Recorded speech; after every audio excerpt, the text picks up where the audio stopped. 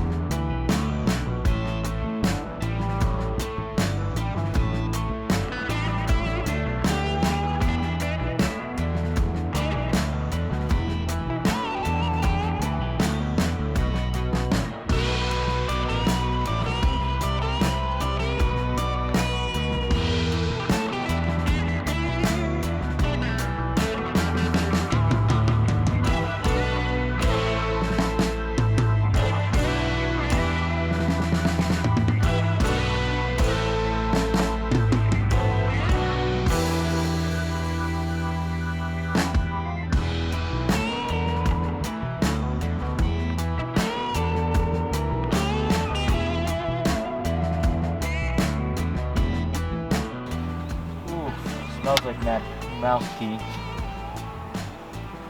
Wow. It might have got to a little bit of the interior. Yeah, you might be right. That might be the inside of one of these seats somewhere.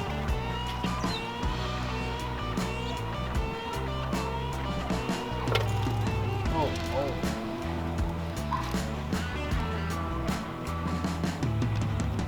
There's a lot of nest. I suppose you haven't found a dead mouse yet. Smells like mouse pee. We found one under the shelf. Oh, that's true. There's a knob for a kitchen cabinet or something. Yeah, a drill pull.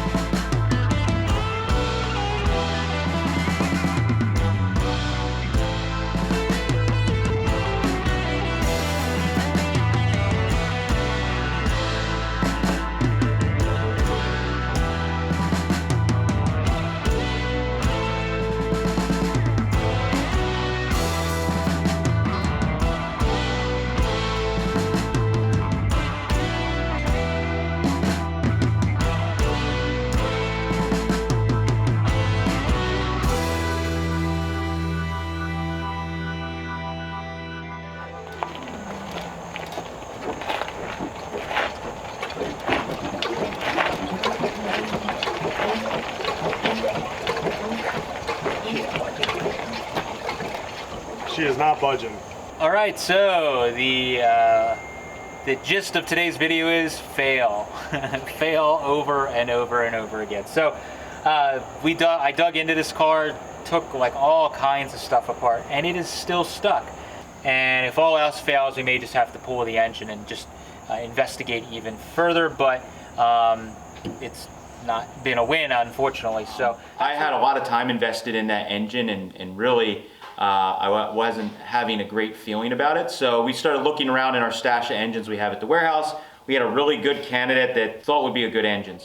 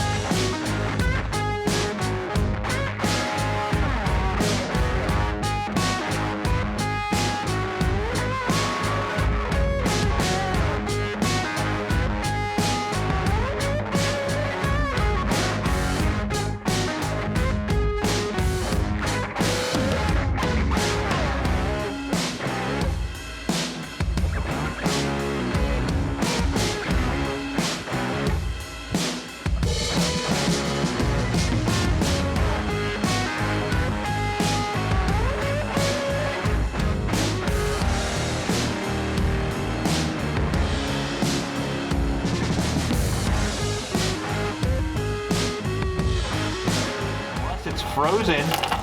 Oh, it might be ice. Yeah, with all that water in there, that could be a chunk of ice. You're right. Ugh.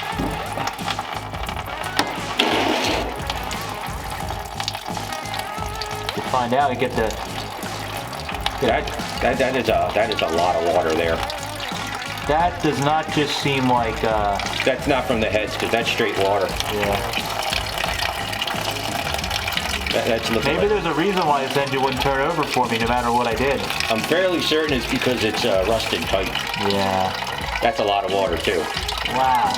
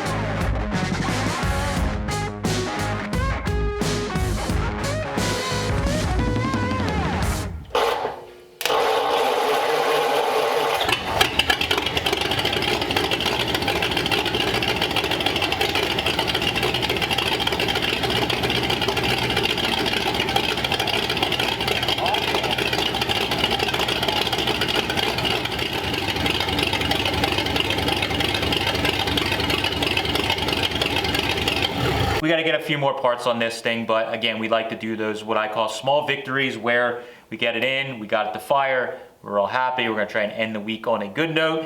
We have a cool flathead engine in the 39 Merc, we got it to fire, that's awesome.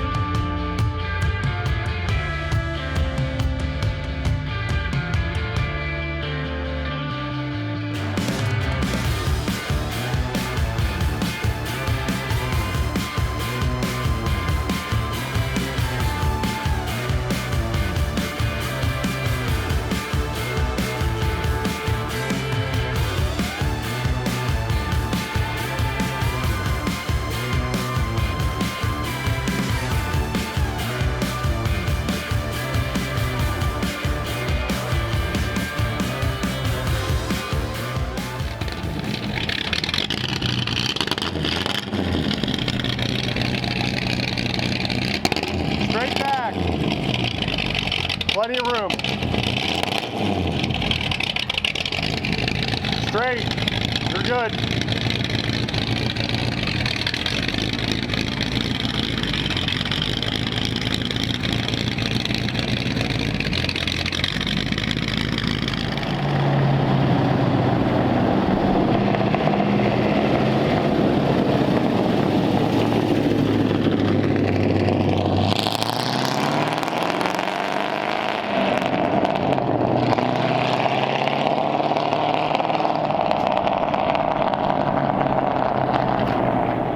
driving this for a handful of summers now as we put it together, and it's been fantastic. It's been a great driving car. It's a really neat survivor, and can't say enough good things about it. It's been really good, but the car could use some additional upgrades. We kind of put the car together with what we had fairly quickly and got it on the road and worked all the mechanical bugs out. Now I'd like to start making the car look better.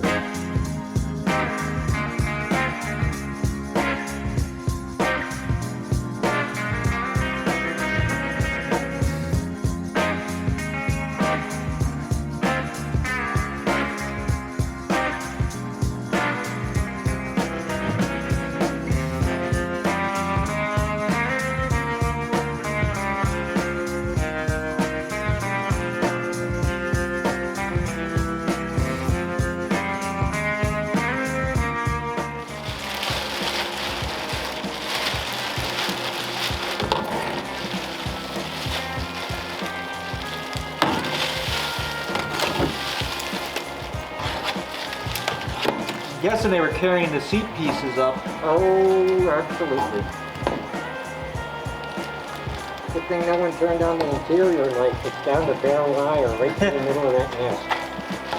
Nice. Your side too, we're gonna have to just, because up above the sound deadening on your side is all the, if you look up there? Oh, God, yeah. Look at that pile. Ah.